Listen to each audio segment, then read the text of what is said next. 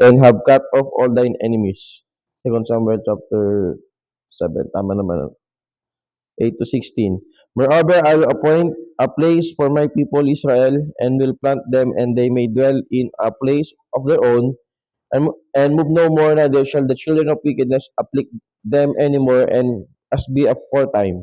And as since the time that I commanded judges to be over my people Israel, and have caused thee to rest from all thine enemies, also the Lord telleth thee that he will make thee an house. And when thy days be fulfilled, that thou shalt sleep with thy fathers, I will set up thy seed after thee. Look at the Old Testament is so consistent with that seed. Sipon and pawis.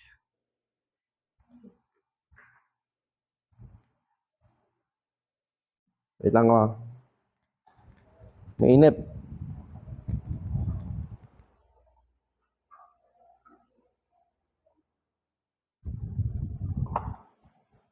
Again, Genesis 3:15, the seed of the woman. Here, seed after thee, which shall proceed out of thy bowels, and I will establish his kingdom.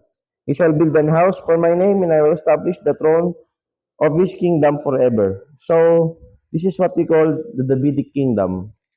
Okay, again, our Bible student may be so familiar with this. And I will be his father, and he shall be my son. If he commit iniquity, I will chasten him with the rod of men, and with the stripes of the children of men. But my mercy shall not depart away from him, as I took in it from Saul, whom I put away before thee. So it's not like King Saul. The kingdom was took away from him, but with David, it's not. It's unconditional covenant. And thine house and thy kingdom shall be established forever. Before thee, thy throne shall be established forever. According to all these words and according to all this vision. Okay? So, this is the Davidic covenant, which is God said that I will set up thy seed after thee, the seed of David, and will establish his kingdom forever. And when Jesus came in our place, hindi ito nangyari. He's offering his kingdom, but that kingdom, the king was offering his kingdom, but the king was rejected, so the kingdom is. Ganon din, nung nireject nila ang king, ganon din yung kingdom na nadala-dala ng king. But it doesn't mean they reject the king and they rejected the kingdom. Hindi na to mangyayari because God says in the Old Testament, He will establish His kingdom forever. Meaning, in the millennium, that's why all spectrum in Christian circles, they believe in what we call, not all, but a lot of Christians believe in millennial kingdom, which is the Davidic covenant and also the Abrahamic covenant will be fulfilled in the uh, millennial 1,000 years reign of Christ in this earth. Another prophecy is in Isaiah chapter 7, verse 14. I hope you're following. Isaiah 7, verse number 14. This is a very important verse. So it says in Pentateuch, in historical books, and now we are in the prophets. Prophet Isaiah, verse 14.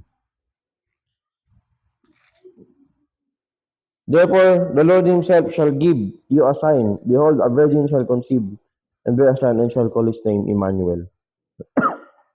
And it was fulfilled in Matthew chapter 1, verse number 23.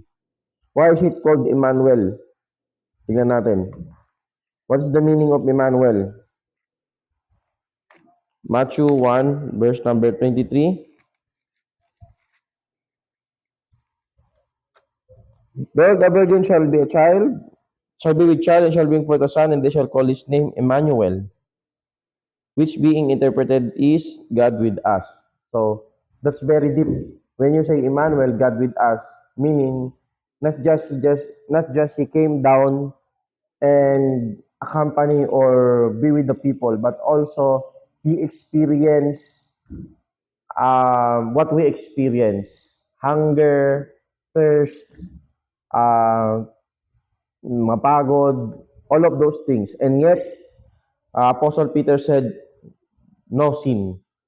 When the Bible says, Emmanuel, God with us, yung mga na-experience natin, na-experience ni Jesus, and yet, hindi siya nagkasala. So that's the meaning of Emmanuel, God with us. He experienced what we experience, except committing sin. Isaiah, another verse in Prophet Isaiah, chapter 9, verse number 20, verse 9, verse number 6. And I know you're very familiar with this verse. For unto us a child is born, and unto us a son is given, and government shall be upon his shoulder, and his name shall be called Wonderful Counselor, the Mighty God, the Everlasting Father, the Prince of Peace. Of the increase of his government and peace there shall be no end upon the throne of David and upon his kingdom, to order it, and to establish it with judgment and with justice, and henceforth even forever. The seal of the Lord of hosts will perform this. So, in prophecy, we call this, nakalimutan ko na, double,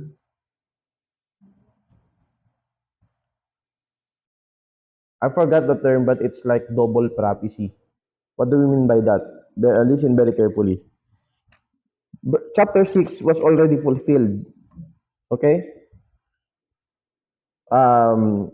Wonderful Counselor, the Mighty God, the Everlasting Father, the Prince of Peace. But verse number 7 was not already fulfilled. Of the increase of his government shall be peace, there shall be no end upon the throne of David. So there is no kingdom yet. Do you understand? So in the Bible, there's a lot of prophecy that we call double prophecy. Verse number in the first verse, it's already fulfilled, but the second verse, it's not. Hindi pa na fulfill. We call that double prophecy. So kailan mangyayari yung verse number 7? Yung verse number 6 nangyari na eh. Lalo na yung son is given, the government shall be upon his shoulder. For unto us child is born, unto us son is given. But, also in verse number 6, and the government shall be upon his shoulder. So, kalahati ng verse number 6 pala, I'm sorry. So, and the government shall be upon his shoulder hanggang verse number 7, hindi pa yan natutupad. Kailan ulit matutupad? Sa millennium, very good. Double, kalimutan ko, double portion prophecy. Basta ganon. Siguro re-reviewin ko. Another verse, it's not here in our handouts, but I like this verse. Micah chapter 5, verse number 2. Prophet Micah. So we can see from Prophet Isaiah, and then we go to Prophet Micah. Ang Micah po ay matatagpuan po pagkatapos po ng Book of Jonah. Micah 5:2. But thou, Bethlehem Ephratah, though thou be little among the thousands of Judah, yet out of thee shall comfort unto me that is to be a ruler in Israel, whose government forth have been from of old and from everlasting. Another double portion prophecy. You see the verse? But thou, Bethlehem Ephratah, though thou be little among the thousands of Judah, yet out of thee shall comfort unto me that is to be ruler in Israel. Okay? Ipinanganak yung ruler, but again, the kingdom, whose government, whose goings have been from of old and from everlasting. Nagpapakita ng eternity ni Jesus Christ. Okay? I want you to focus the word Ephrata. It's like Kainta, the Bethlehem, but the Ephrata is more specific place. So it's like Barangay San Isidro, parang ganon. Mas pinaliit. That's why in Israel, in Bethlehem, there is this a tower that they believe that that is the exact place where Jesus Christ was born. Maybe you can have a research about that. Meron na silang ibang tawag doon eh. Kalimutan ko lang. Okay, let's go to Roman numeral number 2. What is the purpose of virgin birth? This is very, palagi natin napapakinggan.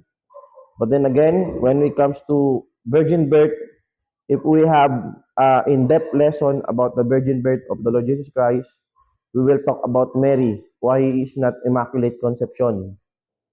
What is Immaculate Conception again? Continuation of his virginity. Okay? If it's true, then Mary is also God. But we see Mary is a sinner too. Siya ay makasalanan din na kailangan ng salvation. To reveal God.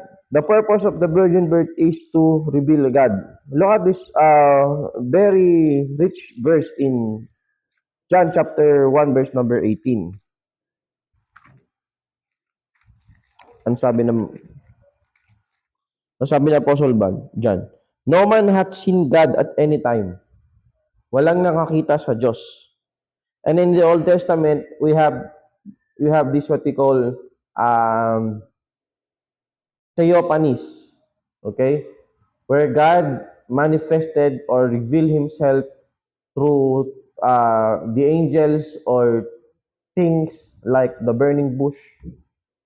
But his real form, we cannot.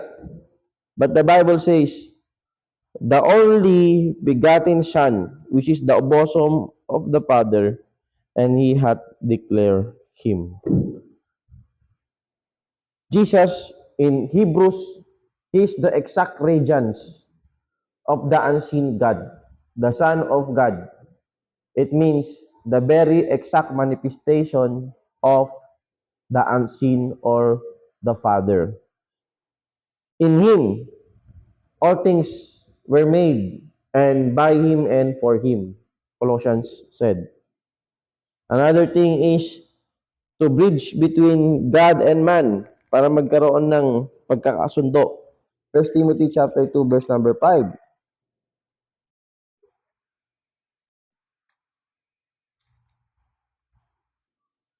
For there is one God and one mediator between God and men, the man Christ Jesus. So this verse was used by the INCs or the Iglesia of Manalos to as a proof text for Jesus Christ is not God but only a human. We don't deny that Jesus Christ is 100% human, but Jesus Christ also revealed himself as 100% God. He is the mediator between God and men. Tagapamagitan. If you understand, last time, di ba, I talk about the tabernacle and how it is represented Christ. All of the objects, the tabernacle itself, and also the events that was taking place on that particular place. Another thing is to save men. Hebrews 12, we will just skip that, to rescue the whole creation. Skip na natin yan kasi madalas na natin yung matakil. The importance of virgin birth. Roman numeral number 3. What is the importance of this doctrine? Again, if we don't believe this doctrine, it means Jesus Christ is not sinless. Jesus Christ is like us too, na mayroong kasalanan. And if Jesus Christ was like us, it means that we are not His Savior.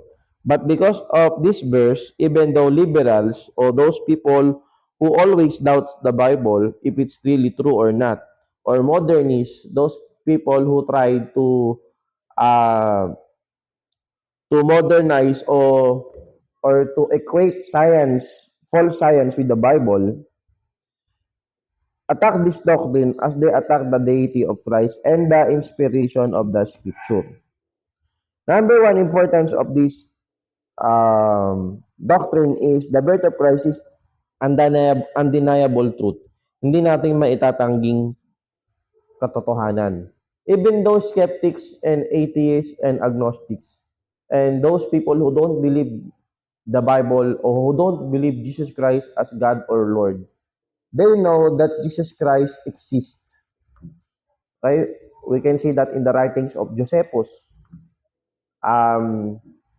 He said that there is a man that who grew up in Egypt, and then back in the Israel or in the Galilee and then perform some miracles. And some call him as rabbi.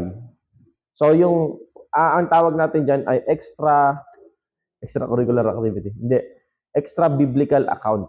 Meaning outside of the Bible, merong mga accounts or merong mga writings na nagpapatotoo na mayroong Jesus Christ na nag-exist. The birth of Christ is unchangeable truth. This doctrine stands with Scripture and does not change with the changing times, thoughts, and theories of mankind. So, whatever will happen, still, this is unchangeable doctrine. Because we believe that if it is new, then it is not true. If it's true, then it is not new. Because true is not, hindi siya naiimbento. Ang truth ay nadi-discover lang. Magkaiba yun eh. Kapag merong isang teachings na bago, ibig sabihin hindi yun totoo. Kasi the truths or the doctrines was already laid down by God aforetime.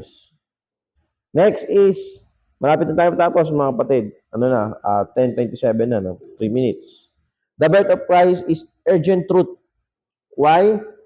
We celebrated this season and napakasaya natin kasi hindi lang tayo mag-celebrate ng season na mamasko, kundi alam natin na yung Savior ipinanganak para iligtas tayo mula sa ating mga kasalanan. And if you don't understand the virgin birth of Christ or the Savior was born, and if you don't equate it with the cross, it's nothing. Kaya siya isinilang upang siya ay mamatay, mag-resurrect para tayo ay iligtas. Not just that's why we don't celebrate the baby Jesus alone. We celebrate his full life. When you say the gospel, it is his death, burial, and resurrection, and his sinless life. Minsan kasi, yun yung summary ng gospel. But kapag lalaliman natin pag-aaral natin, when we say the gospel, it is the life of the Lord Jesus Christ, his sinless life. Napaka-importante yun. Kung ikaw, tinanggap mo si Jesus Christ, pero naniniwala ka na si Jesus Christ ay kaparehas lang natin na tao na may kasalanan din, ang ibig sabihin nun, hindi ka saved. Kapag meron kang maling paniniwala kay Jesus Christ, patunay lang yun na hindi ka ligtas. Naintindihan niyo po? Pag naniniwala ka lang na teacher lang siya, hindi sa Diyos, hindi ka ligtas. Kasi pag tayo nag-share tayo ng gospel, and they believe the birth, the death, the burial, and the resurrection of Christ, they receive that by faith. They put their faith in the Lord Jesus Christ, and then that person confess Jesus Christ as Lord and Savior, and then yun yung manifestation na siya ay saved. But in his Christian life, if he will reject Jesus Christ who was born of a virgin, Jesus Christ is God, not was God, but is God. It's different. It's not the same. Kapag may na-reject siyang truths about the Lord Jesus Christ, then hindi siya saved. Yung kanyang salvation encounter or salvation experience is not real at all. Ibig sabihin, sa madaling salita, hindi mo malalaman lahat sa una, pero hindi mo dapat i-reject yung truths along the way. Okay? Maraming ganyan kasi. The birth of Christ is unconditional truth. Whether you believe it or not, it's still true. If you don't believe the gravity, the laws of science, it doesn't matter. It is not relative. It is objective. It is true whether you believe it or not. Kaya, ang hell exists even though you don't believe or not. It's not about our sincerity. It doesn't matter how sincere you are about these things. Sincerity is not the salvation. Next is, the birth of Christ, ang kapanganakan ng Panginoon sa Kristo is useful truth. Ito po ay kagamit-gamit. Why? Knowing that the word Emmanuel, ano ulit ibig sabihin ng Emmanuel? God with us. Anong ibig sabihin ng God with us? Hindi lang yung ipinanganak siya at nakasama natin. Na-experience ni Kristo, when we say God with us, yung Diyos, na-experience niya kung ano yung na-experience ng tao. Parang ang gulo para di Jomar, ganito yan. Ang Diyos, alam niya cognitively yung mga na-experience natin. Pero hindi niya alam experientially. It's different. Ulitin ko. Tayo ay kumain, ganyan, lahat ng mga naranasan natin. Alam ng Diyos yun sa utak. Hindi sa utak eh. Wala namang utak. God is His Spirit. Or, okay, let's say anthropomorphism. Anthropomorphism. Sa isip ng Diyos, alam niya yon, pero hindi niya na-experience. Nung nagkatawang tao ang Diyos, nalaman niya, hindi lang sa alam niya, sa isip niya, kundi na mismong na-experience niya. Pangalawa, nakalimutan ko yung God with us. Kung ang sasabihin nila, hindi naman tinawag si Jesus Christ na Diyos sa Bible, mali. Ang pangalan niya, Emmanuel, ang ibig sabihin, God with us. Sino yung Emmanuel? Nag-gets niyo ba? Sino yung God with us? Sino yung God doon? Di ba yung ibig sabihin ng Emmanuel? And sino yun? Si Yesu Cristo, si Jesus Christ. So, sa ay directly tinawag sa Bible na Diyos. And also, not only in Matthew 1:33, but also in Hebrews chapter 1, where God called Him as mighty God. Tinawag ng Diyos, tinawag ng Ama ang anak na makapangyarihang Diyos. Knowing that the Emmanuel, Christ, Jesus, God with us, na-experience niya yung mga na-experience natin, it will comfort us. Diba? Hindi natin pwedeng sabihin, Lord, di mo naman ako naiintindihan eh. Lord, siyempre, Diyos ka. Ako, tao lang naman ako, di mo naiintindihan. Mali yun. Naintindihan lahat ni Kristo, and yet, hindi siya nagkasala. Same with us. Nung naging Kristiyano tayo, you have the power to reject sin. Ang pagkakaiba nung hindi ka pa nakakilala sa Panginoon, wala pa yung temptasyon, wini-welcome mo na sila. Welcome! And then i-hug mo na. Pero sa atin, nung naging Christian ka, andyan yung temptasyon, meron kang power to reject it. Hindi. Binago na ako ng Panginoon. Hindi. Meron na akong Holy Spirit. Hindi. Si Jesus Christ na makapangyarihan. He that hath the Son hath life, and he that hath the Son hath not see life. I have the Lord Jesus Christ. I can reject sin. Kaya mong i-reject yung tawag ng laman, tawag ng barkada, tawag ng mundo. Sa mga Kristiyano, medyo mag-ano lang tayo konti kasi wala pa naman mga tao. Nakakalungkot lang ngayon. Pag nanood kayo nung Young Sheldon, makikita nyo doon yung 1980s na kind of Baptist. Yung tipong tinatawag nila yung pagsasayaw as demonic, which is still true today. Do you believe that? Ang pagsasayaw, demonic yan. Why? Because it is sensual. When you say sensual, pag ang sayaw ay nakakapag-boost ng laman na para ma-attract mo yung ibang tao, para magkaroon sila ng sensual feelings, that is very demonic. Kaya yung pagtitiktok, yung pagsasayaw, nako mga kapatid, yung panahon natin ngayon, wala na. Kaya wag natin expect sa langit may reward ka. Tapos, yung social media mo puro pambabastos sa Diyos. I'm sorry to tell you, but that's the truth. Hindi na napipitch yan. Bakit? Aalis kasi yung member eh. Bakit? Kasi yung mismong preacher nagtitiktok, sumasayaw. I'm sorry to tell you, but sometimes it feels like I don't want to preach it or to teach it kasi magagalit sa akin yung tao. Pero, malakas ang panawagan ng Holy Spirit na sabihin yun. Sabi pa nga ni Pastor Jeff dun sa Young Sheldon, all kind of dancing is not right. Hindi naman tayo dun sa extreme na mismong pati yung pagmamime or action kids ng mga bata or whatever ay hindi na rin natin ginagawa or dapat gawin. Pero yung alam mong sensual activity talaga, it includes dancing. Sorry to tell you mga kapatid, hindi po yan kalooban ng Panginoon. Ako may TikTok account din ako, pwede niyo akong i-follow. Pero yung mga napuntahan ko lang, swimming. Di ba? Pero di niyo ako makikita ang sumasayaw. Last but not the least, the birth of Christ is unavoidable truth. Alam niyo, mahirap sa Christianity, mahirap naging preacher, kasi kapag parang yung lifestyle ng tao, malilimitahan yung sasabihin sa pulpito. Kaya maganda may preacher din na hindi masyadong attached sa tao. Kasi sasabihin, ay ako yung pinapatamaan. Ibig sabihin, pag ginagawa mo yung ganyang lifestyle, hindi na pwedeng i-preach yun sa pulpit kasi matatamaan ka.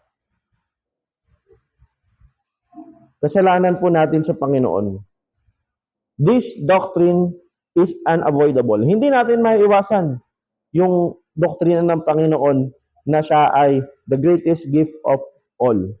So this afternoon, I will talk about pursuit of Christ. When we say pursuit of Christ, pursuit of holiness. This year and this coming year 2024, nawa mga kapatid, ay patuloy tayong i-pursue natin kung ano yung alam nating tama sa mata ng Panginoon. May question po ba? Ang oras po natin ay 10:37. Maybe magbe-break tayo ng 4 minutes, tapos babalik na po tayo. Let's all stand up and let's pray. Ganun na din, pag-pray na rin natin yung Sunday School offering. At Brother Ricardo, paki-assist na lang yung Sunday School offering. Father God in heaven, thank you for this day. Thank you for your love, grace, and mercy. Thank you that we cover all of the lessons. And thank you for your Son na ibinigay niyo po sa amin to redeem us, to rescue us, to have a bridge from you to us. Thank you, Lord, for what you have done in our life. And you are almighty. You know everything. You know our heart. You know our mind. Help us to love you more, to serve you more, and prepare our hearts as we have our morning worship service this morning, and empower the preacher. And obviously, and also we are praying for our Sunday school offering. You bless this Father. In Jesus' name, we pray, our Lord and Savior. Amen.